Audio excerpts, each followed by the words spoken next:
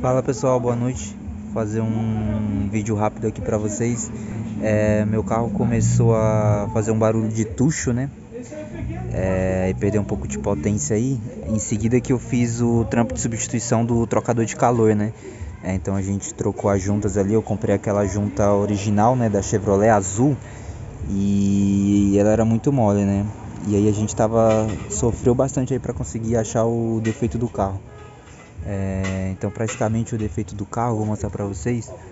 Aqui vai uma válvula azul, que é de retenção do óleo que sobra pros tuchos, né? Essa válvula vai aqui, ó, nesse buraco.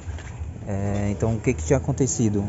Essa válvula tinha entupido, né? A borracha do trocador de calor derreteu e ela tinha entupido essa válvula azul aqui, né? Que a gente vai precisar fazer a substituição dela.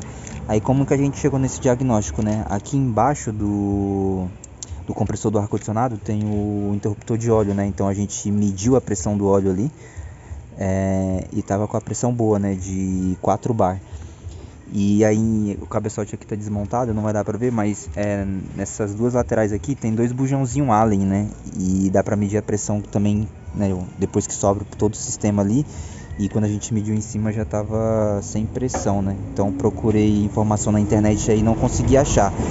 Então eu tive que desmontar mesmo o cabeçote para ter o diagnóstico de que a válvula estava entupida, né? Ela tinha derreteu a borracha do trocador de calor e entupiu ela. Então a gente vai fazer a substituição dela, né? E aí acredito que o carro volte a funcionar normal aí, né?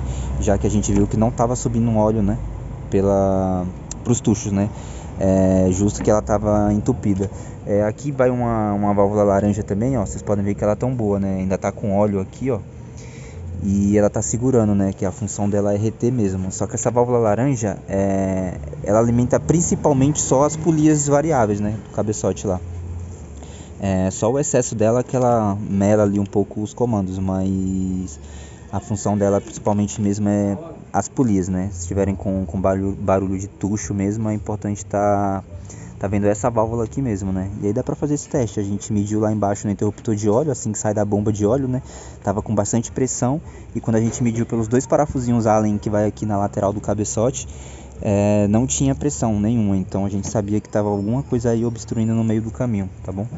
Vídeo rápido aí que eu fiz pra poder estar ajudando aí, já que também eu não consegui informação nenhuma, né?